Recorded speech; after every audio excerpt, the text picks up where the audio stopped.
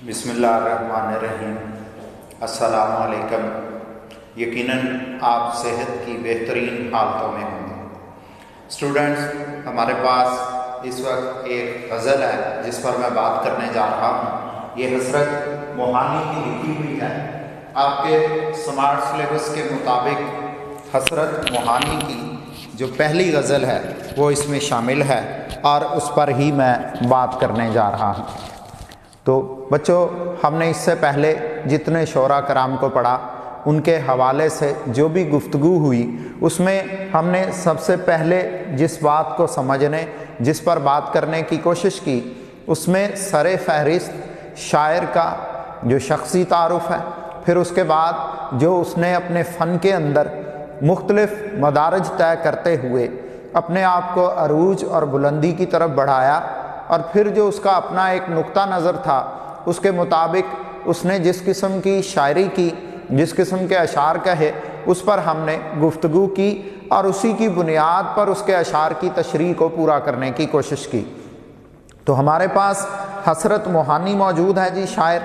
ان کا اصل نام سید فضل الحسن ہے۔ حضرت انہوں نے تخلص کیا، اور چونکہ یہ موہان ایک قصبہ موہان تھا اس میں پیدا ہوئے، تو اس کی مناسبت سے انہوں نے اپنے نام کے ساتھ جو ہے وہ موہانی کا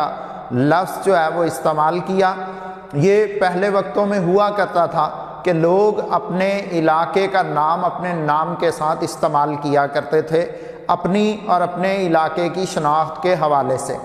اس کے بعد جی اس شاعر کے حوالے سے جو ہے ہمارے پاس جو معلومات آتی ہے، ابتدائی طور پر انہوں نے ایک رسالہ جاری کیا جسے اردو معلیٰ کہا جاتا ہے۔ اس کی وجہ سے ان کی شناخت قدر مستحکم ہوئی۔ پھر انہوں نے باقاعدہ تحریک آزادی میں حصہ لیا۔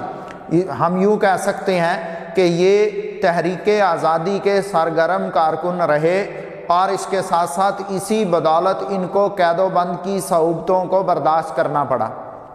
ان کے حوالے سے یہ بھی کہا جاتا ہے کہ یہ نہ صرف اپنی شاعری کے حساب سے، اپنے خیالات کے حوالے سے، بلکہ شخصی طور پر بھی بہت مضبوط اور نڈر شخص تھے۔ انہوں نے ہمیشہ جو انگریزوں کے برے اور بدترین اقدامات تھے ان کے خلاف آواز اٹھائی، آواز بلند کی۔ ان کی بے باکی اور نڈر ہونے کے حوالے سے ایک واقعہ بیان کیا جاتا ہے کہ یہ ایک جلسہ سے خطاب کر رہے تھے جس کے اندر یہ انگریز کے کارناموں کو سچ کی بنیاد پر بیان کر رہے تھے،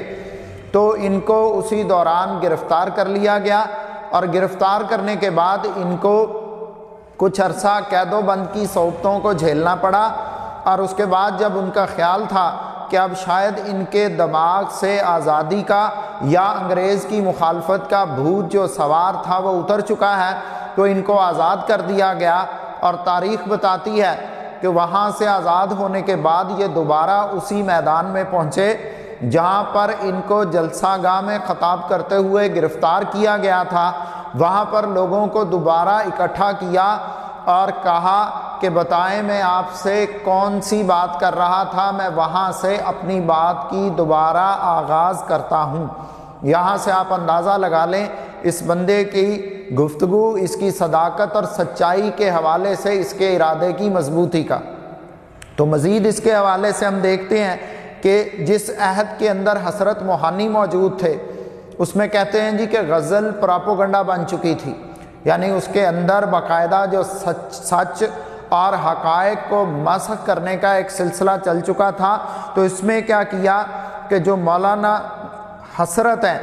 انہوں نے اپنی غزل کے اندر جو تغزل تھا اس کو نمایاں کیا۔ ان کو رئیس المتغزلین بھی کہا جاتا ہے، یعنی غزل کی جو اصل شکل و صورت تھی اس کو انہوں نے نمایاں کیا، اور اس میں سب سے اہم کارنامہ یہ سر انجام دیا کہ ان کی شاعری کے اندر فکری صداقت موجود تھی۔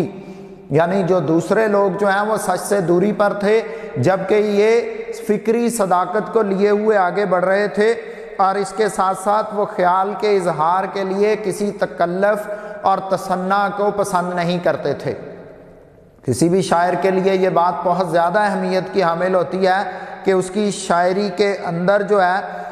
روایت اور جدیدیت دونوں کا حسین امتزاج موجود ہو، یعنی جو حضرت موہانی ہیں ان کی غزل کے اندر سادگی بھی ہے اور پرکاری بھی ہے، اس کے ساتھ ساتھ روانی بھی ہے، اور پھر اس میں بہت زیادہ سادہ الفاظ کی بدولت اپنے خیالات کو قاری تک پہنچانے کا ایک مؤثر ذریعہ بھی ہے۔ تو ہم ان کی لکھی ہوئی غزل کو پڑھتے ہیں اور اس پر مزید بات کرتے ہیں۔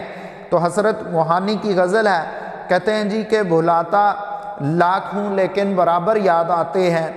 الہی ترک الفت پر وہ کیوں کر یاد آتے ہیں۔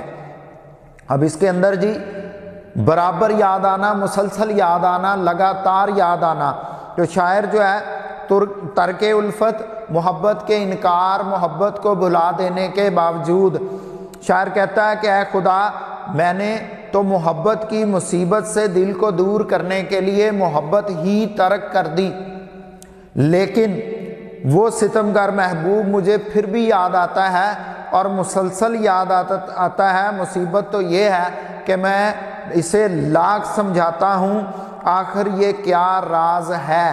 اب سیدھی سی بات ہے کہ شاعر اپنے ہی دل کے ہاتھوں مجبور ہو چکا ہے، اور شاعر جو ہے یہاں پر یہ بھی ثابت کرنا چاہتا ہے کہ محبت ایسی شے نہیں کہ محض ارادے سے دل میں بسائی جا سکے یا محض ارادے سے بلائی جا سکے، یہ جذبات کا معاملہ ہے اور دل کا کام ہے۔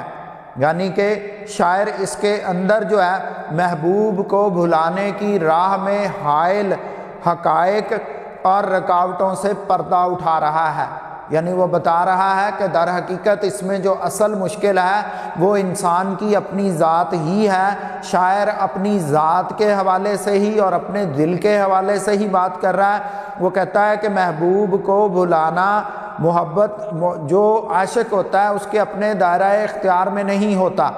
ایک جملہ فکرہ بولا جاتا ہے کہ محبت کی نہیں جاتی، محبت ہو جایا کرتی ہے، در پردہ اس کے اندر یہ عمل بھی کار فرما ہے، اور اس کے ساتھ ساتھ وہ اس میں محبت کا تعلق دل سے تو ہے لیکن زبانی کسی کو بھلانے یا اس کو فراموش کر دینے سے نہیں ہے۔ یعنی اگر کوئی یہ دعویٰ کرتا ہے کہ اس نے کسی کو بھلا دیا ہے تو پھر صرف اس کے دعویٰ کر دینے سے کچھ حاصل نہیں ہونے والا، در حقیقت جب تک اس کے دل سے اس کی یاد کو کھرچ نہ دیا جائے، اس کی یاد کے نقوش کو مٹا نہ دیا جائے۔ شاعر اپنے اب ہم اگر باقاعدہ اس کے اندر شاعر جو کہنا چاہ رہا ہے اس کو دیکھیں تو شاعر یہ ثابت کرنا چاہتا ہے کہ حقیقت یہ ہے کہ زبانی کلامی تو میں اپنے محبوب کو بلانا چاہتا ہوں، لیکن حقیقت یہ ہے کہ دل سے میں بھی نہیں چاہتا کہ میں اپنے محبوب کو بلاؤں۔ یہی وجہ ہے کہ جب دنیا کی تنگ نظری، دنیا کا برا رویہ اس کو بہت زیادہ رنجیدہ کرتا ہے تو پھر ایک بار اس کا ذہن، اس کا دل، اس کا دماغ، اس کی سوچیں اپنے محبوب کی طرف چلی جاتی ہیں۔ شاعر نے کہا تھا کہ ہوتی نہیں قبول دعا ترک عشق کی، دل چاہتا نہ ہو تو زباں میں اثر کہاں۔ اب یعنی یہی بات ہے کہ صرف کہہ دینے سے محبوب کی محبت کا انکار نہیں کیا جا سکتا۔ ہم کہہ سکتے ہیں کہ حضرت موہانی جن کو رئیس المتغزلین کا اعزاز حاصل ہے، اس شعر کے اندر عشق مجازی کے حوالے سے ایک انوکھی اور نئی بات کرنے کی کوشش کر رہے ہیں۔ وہ کہتے ہیں کہ بے شک میں اپنے محبوب کے رویے سے تنگ آ کر اس کو بھلانے کی کوششوں میں لگا رہتا ہوں، لیکن حقیقت یہ ہے کہ میرا دل میری ان کوششوں کو ناکام بنا دیتا ہے، اور ایک وقت آتا ہے کہ بھلانے کی کوشش کے باوجود میرا محبوب مجھے مسلسل یاد آتا رہتا ہے۔ تو ہم نے یہ شعر پڑھا، اس کے بعد میں دوسرا شعر پڑھ رہا ہوں کہ نہ چھیڑ اے ہمنشیں کیفیت صحبا کے افسانے، شراب بے خودی کے مجھ کو ساغر یاد آتے ہیں۔ اب شاعر کیا کہہ رہا ہے کہ اے مجھ سے ہمدردی جتانے والے، اے میرے ساتھ بیٹھنے والے، اے میرے دوست، شراب کے نشے کی حالت کے افسانے نہ چھیڑ، کیونکہ میری باتوں سے مجھے وہ زمانہ یاد آتا ہے جب بے خودی کے شراب پینا میرا شوق تھا۔ سیدھی سی بات ہے کہ شاعر گزرے ہوئے وقت کو یاد نہیں کرنا چاہتا۔ گزرا ہوا وقت جو ہے اس میں شاعر بہت زیادہ خوشحال اور بے فکری کی زندگی گزار رہا تھا، جبکہ اس وقت وہ تنہا ہے، اکیلا ہے اور مجبوری کی حالت میں ہے۔ یعنی شاعر یہ کہتا ہے کہ اے میرے دوست، میرے ساتھ ان افسانوں کا تذکرہ نہ کر جن میں میرے عشق و عشرت کے دونوں کا تذکرہ ہو، یعنی جس میں عشق بھی شامل ہو اور محبوب کا پاس ہونا بھی شامل ہو۔ وہ کہتا ہے ایسی باتیں مجھ سے نہ کر، کیونکہ جب مجھے اپنی عیش پرستی کا زمانہ یاد آئے تو میرا اضطراب، بے چینی اور بے قراری بڑھ جاتی ہے۔ یعنی اس کو وہ سب کچھ نئے سرے سے یاد آنا شروع ہو جاتا ہے۔ مجھے محبوب کی رفاقت میں گزارے ہوئے لمحات تڑپانے لگتے ہیں۔ یعنی پھر اس کو اپنا محبوب شدت کے ساتھ یاد آتا ہے کہ جب بے خودی کا عالم ہوتا تھا، محبوب کی آنکھوں میں ایسا نشہ ہوتا تھا جو مجھے مدہوش کر دیتا تھا۔ اب یہ چیز جو ہے آپ ایک بار پھر سمجھ چکے کہ یہ عشق مجازی کی بات ہے، جس میں عاشق جو وقت اپنے محبوب کے ساتھ گزار چکا اس کی یادوں کے حوالے سے وہ اپنے حال کی مناسبت سے گفتگو کر رہا ہے۔ وہ کہتا ہے کہ اے میرے دوست، مجھ سے ہمدردی جتانے کے بہانے تو مجھے بار بار میرے محبوب اور میرے بہت اچھے دنوں کی یاد مت دلا، کیونکہ پھر میں بہت زیادہ بری کیفیت میں مبتلا ہو جاتا ہوں۔ شاعر نے کہا تھا کہ کیفیت چشم اس کی مجھے یاد ہے سودا، کیفیت چشم مجھے اس کی یاد ہے سودا، ساغر کو میرے ہاتھ سے لینا کہ چلا میں۔ اب اس میں جی محبوب کی آنکھ، وہ کہتا ہے کہ جس طرح مجھے مدہوش کرتی تھی کہ زندگی کے تمام مزے اس مدہوشی میں سمٹ آتے تھے، اور شراب بھی مرنے کے سامنے کم مایا معلوم ہوتی تھی۔ یعنی شاعر اپنے محبوب کی آنکھ کی جو مستی ہے اس کو وہ کہہ رہا ہے کہ شراب بھی اس کے سامنے ہیچ ہوتی تھی، کمتر ہوتی تھی۔ میرا محبوب میرے لیے جان تک قربان کرنے کو تیار رہتا تھا، لیکن افسوس تو یہ ہے کہ اب دن اچھے نہیں ہیں، اب اس کا وصل جو ہے وہ ہجر میں تبدیل ہو چکا ہے۔ لہٰذا وہ کہتا ہے کہ مجھے ماضی کی یاد مت دلا۔ تو بچوں ہم نے یہ شعر بھی پڑھا، اس شعر کے حوالے سے بھی گفتگو کی۔ میں اب تیسرے شعر کی طرف جا رہا ہوں۔ ذہن میں رکھیے یہ جو غزل ہے یہ نہ صرف بہت زیادہ آسان الفاظ پر مشتمل ہے، بلکہ اس میں ایک اور جو اہم بات ہے وہ یہ ہے کہ یہ مقصدی غزل ہے جی۔ یعنی پہلے شعر سے لے کر آخری شعر تک اس کے اندر شاعر ایک ہی طریقے سے، ایک ہی انداز سے اپنے محبوب کی یادوں کے حوالے سے گفتگو کر رہا ہے۔ تو اب اس میں وہ کہتا ہے کہ نہیں آتی تو یاد ان کی مہینوں تک نہیں آتی، مگر جب یاد آتے ہیں تو اکثر یاد آتے ہیں۔ شاعر کہتا ہے کبھی ایسا ہوتا ہے کہ کئی ماہ گزر جاتے ہیں اور اس کی یاد نہیں آتی، لیکن جب وہ یاد آنے لگتا ہے تو پھر مسلسل اس کی یاد دل و دماغ پر چھائی رہتی ہے۔ حقیقت میں شاعر یہ کہنا چاہتا ہے کہ مجھے یوں لگتا ہے کہ میں دنیا کے کام دھندے میں اپنے آپ کو مصروف کرنے کے بعد یہ سمجھتا ہوں کہ میں اپنے محبوب کو بھلا چکا، اس کی یاد میرے دل سے فراموش ہو چکی، لیکن حقیقت یہ ہے کہ جیسے ہی مجھے تنہائی کے لمحات میسر آتے ہیں، جیسے ہی دنیا کا رویہ مجھے تنگ کرتا ہے، تو ایک بار نئے سرے سے محبوب کی یاد میرے دل و دماغ پر چھا جاتی ہے، اور مجھے یوں محسوس ہوتا ہے کہ مجھے اس کے علاوہ کوئی کام نہ آتا ہے اور نہ ہی میں کرنا چاہتا ہوں۔ یعنی شاعر کے نزدیک اپنے محبوب کو بڑی کوشش سے بھلانا اور اپنے آپ کو مصروف کر کے اس فراموشی کو اپنے لیے بہتر سمجھنا اس وقت ناکامی کی زد میں آ جاتا ہے جب وہ اسے مسلسل یاد آنا شروع ہو جاتا ہے۔ ہم کہہ سکتے ہیں کہ یادوں کا جو سلسلہ وقتی طور پر منقطع ہوا تھا، وقتی طور پر شاعر نے اپنے جذبات پر قابو پایا تھا، وقتی طور پر اس نے اپنے آپ کو الجھا لیا تھا دوسرے لوگوں میں،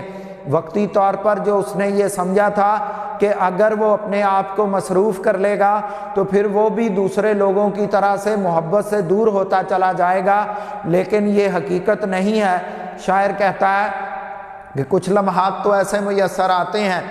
کچھ دن تو ایسے میسر آتے ہیں، کچھ عرصہ تو ایسا محسوس ہوتا ہے کہ وہ اپنے محبوب کو فراموش کر چکا، اس کو بھلا چکا، لیکن حقیقت یہ ہے کہ جیسے ہی وقت گزرتا ہے پھر ایک دم سے محبوب کی یاد اس کو تنگ کرنے شروع کر دیتی ہے،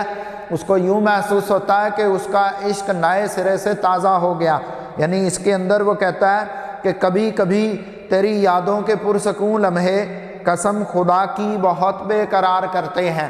یعنی شاعر نے جو ہے وہ اس کے اندر جو ہے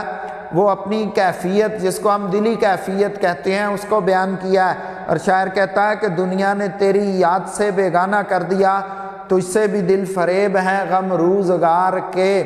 اب یہاں پر بھی شاعر اسی انداز کو بیان کر رہا ہے۔ تو بچے ہم نے یہ شعر بھی دیکھا، اگر ہم دیکھیں تو جو مطلع ہے وہ اور یہ والا شعر تقریباً ایک ہی انداز لیے ہوئے ہیں، جس کے اندر پہلے شعر میں تو اس نے کہا تھا کہ میں نے مکمل طور پر یہ سمجھ لیا کہ میں اپنے محبوب کو فراموش کر چکا، جبکہ دوسری طرف وہ کہتا ہے کہ مجھے کبھی کبھی لگتا ہے کہ میں اسے فراموش کر چکا، لیکن حقیقت یہ ہے کہ وہ مجھے پھر مسلسل یاد آتا ہے۔ حقیقت اس میں کیا ہے کہ شاعر کی اپنی کوئی بھی کوشش عشق میں اور محبوب کے آگے کامیاب ہوتی نظر نہیں آتی۔ میں اس کے بعد کا شعر پڑھ رہا ہوں جی۔ شاعر کہتا ہے کہ حقیقت کھل گئی حسرت تیرے ترک محبت کی، تجھے تو اب وہ پہلے سے بھی بڑھ کر یاد آتے ہیں۔ اب یہ شاعر مسلسل ایک کیفیت کو لے کر چل رہا ہے جی، جس کے اندر محبوب کا بچھڑ جانا، محبوب کی سنگ دلی، محبوب کی بے وفائی، محبوب کی ستم گری سب کچھ شامل ہے، اور اس کے جواب میں شاعر اپنے آپ کو زندہ رکھنے، اپنے آپ کو محبت پر قائم رکھنے اور اس کے ساتھ ساتھ اپنے جذبے کو سلامت رکھنے کے لیے 100 طرح کی ترکیبیں، 100 طرح کی کوششیں کرتا نظر آ رہا ہے۔ اس شعر کے اندر وہ کہہ رہا ہے کہ اے حسرت، محبت کے شغل کو چھوڑ دینے کی تیری کوشش رائے گاہ ہی گئی۔ یعنی وہ کہتا ہے کہ تو نے جو باقاعدہ کوشش کی تھی، تو نے جو چاہا تھا کہ تو اپنے محبوب کو فراموش کر دے، تو محبت کا انکاری ہو جائے، تو محبت سے انکار کر دے، وہ کہتا ہے لیکن حقیقت تو یہ ہے کہ جیسے ہی تو مکمل طور پر اپنے محبوب کو بھلانے کی طرف آیا، تیرا جو عشق کا جذبہ ہے وہ نئے سرے سے سامنے آ گیا، وہ زیادہ عروج پر جاتا دکھائی دیا۔ یعنی وہ کہتا ہے کہ اب وہ پہلے سے بھی زیادہ تجھے یاد آ رہا ہے، وہ اس سے پہلے بھی اپنے آپ کو محبوب کے حوالے سے یا پھر جو اس کے رقیب ہیں، جو زمانہ ہے، ان کے حوالے سے نمایاں سمجھتا تھا، لیکن وہ کہتا ہے کہ جیسے ہی میں اپنے محبوب کے انکار کی طرف آیا تو پھر تو یہ واضح ہو گیا کہ جو میرے محبوب کا عشق ہے اس نے میرے دل میں اتنی جگہ بنا رکھی ہے کہ اس کے سوا اس میں کسی اور کی گنجائش نکلتی نظر نہیں آتی۔ یعنی ہم کہہ سکتے ہیں کہ غزل کا جو روایتی انداز ہے اسی کو اپنا کر شاعر نے جو ہے وہ اپنا جو اس کا انداز فکر ہے اس کے مطابق نئے اور انوکھے راستے نکالنے کی کوشش کی ہے۔ یعنی جام میں توبہ شکن، شاعر کہتا ہے جی کہ جام میں توبہ شکن، توبہ میری جام شکن، سامنے ڈھیر ہیں ٹوٹے ہوئے پیمانوں کے۔ اب یہاں پر کیا ہے کہ اسی کیفیت کو جو حسرت موہانی نے بیان کی ہے اس کو ہم نے اس شعر کی صورت میں بھی دیکھا کہ جس میں عاشق اپنے معشوق سے نہ ملنے کی قسم کھا لیتا ہے اور عشق و محبت کی وارداتوں سے توبہ اختیار کر لیتا ہے۔ یہ قسمیں، یہ عہد اس وقت عارضی ثابت ہوتے ہیں جب محبت انتہائی بے قراری کا عالم پیش کرتی ہے۔ یہ جو گفتگو میں مقطع کے لیے کر رہا ہوں، آپ یہی الفاظ، یہی پیراگراف اٹھا کر پہلے شعر کے لیے بھی استعمال کر سکتے ہیں، یہی چیز اٹھا کر آپ تیسرے شعر کے لیے بھی استعمال کر سکتے ہیں، اور اس کے ساتھ ساتھ اگر ہم اس میں کچھ فکرے جملے تبدیل کریں تو پھر ہم یہ کر اس طرح سے دوسرے شعر میں بھی لے کر آ سکتے ہیں کہ بے قراری کا موسم اور کالی گھٹاؤں میں مزید شدت اس وقت اختیار ہوتی ہے یا وہ اختیار کر لیتی ہیں کہ جب پرانی باتیں شاعر کو بار بار یاد کروائی جاتی ہیں یا پھر وہ یاد کرتا ہے۔ تو بچوں ہم نے حسرت موہانی جو ہے ان کی جو غزل ہے اس کو ہم نے پڑھا، چونکہ اس غزل کے 4 اشعار تھے، میں نے اس میں 4 اشعار پر ہی بات کی، اور چونکہ ان کی ذات کے حوالے سے کہا جاتا ہے جی کہ ان کے قول و فعل میں کوئی تضاد نہیں تھا۔ میں پہلے بات کر چکا کہ انگریز کے حوالے سے خصوصاً یہ سچ کی بنیاد پر اور ڈنکے کی چوٹ پر بات کرتے تھے۔ یہ وہ عہد تھا کہ جس میں بہت سارے لوگ جو ہیں، جس میں مسلمان شامل تھے، کہ وہ دن کے وقت انگریزوں کے خلاف بات کرتے، چھپ کر بات کرتے، میٹنگز کا حصہ بنتے، اور رات کے وقت جو ہے وہ انگریز کے پاس جا کر وہ ساری گفتگو اس کے گوش گزار کر دیتے اور اس کی طرفداری اور اس کے حمایتی بننے کی کوشش کرتے اور انعام و اکرام سے نوازے جاتے۔ جبکہ حسرت موہانی نہ صرف بطور شاعر جس میں عشق مجازی بھی شامل ہے، چونکہ ہم سمارٹ سلیبس کے مطابق صرف پہلی غزل پر بات کر رہے ہیں، تو اگر اس میں ہم دوسری غزل کو بھی لے کر آتے تو اس میں واضح طور پر انگریزوں کے حوالے سے، تحریک آزادی کے معاملات کے حوالے سے گفتگو کی گئی تھی، اور آپ کو واضح طور پر معلوم ہو جاتا کہ حسرت موہانی جو ہے وہ اس کا انداز کیا ہے، یعنی یہ بندہ رومانوی شاعری کی طرف بھی اس نے قدم بڑھایا، تغزل لفظ بھی ہم بول چکے، اور اس کے ساتھ ساتھ جو ہے عشق و عاشقی کا بیان، خلوت کی داستان، عشق کی پردہ داری اور شوخی تحریر کے لیے بھی مشہور ہوا۔ پھر اپنی بے باکی اور نڈر ہونے کے حوالے سے بھی بہت زیادہ مشہور ہوا۔ تو بچے ہم نے حسرت موہانی کی لکھی ہوئی غزل اس کو ہم نے پڑھ لیا، ہمارے سلیبس کے مطابق، سمارٹ سلیبس کے مطابق حسرت موہانی جو ہے ہم اس کو بطور شاعر پڑھ چکے، اور نیکسٹ لیکچر میں ہم مزید آگے چلیں گے۔ آپ کو اس میں کوئی مشکل پیش آ رہی ہو، کہیں کوئی پرابلم ہو، آپ کمنٹس کر سکتے ہیں، آپ رابطہ کر سکتے ہیں، آپ میسج کر سکتے ہیں، کوئی ایسی بات جو آپ کی سمجھ سے باہر ہو یا آپ مزید اس میں کچھ بہتری چاہتے ہوں۔ آج کا لیکچر یہیں پر ختم ہوتا ہے۔ اللہ حافظ۔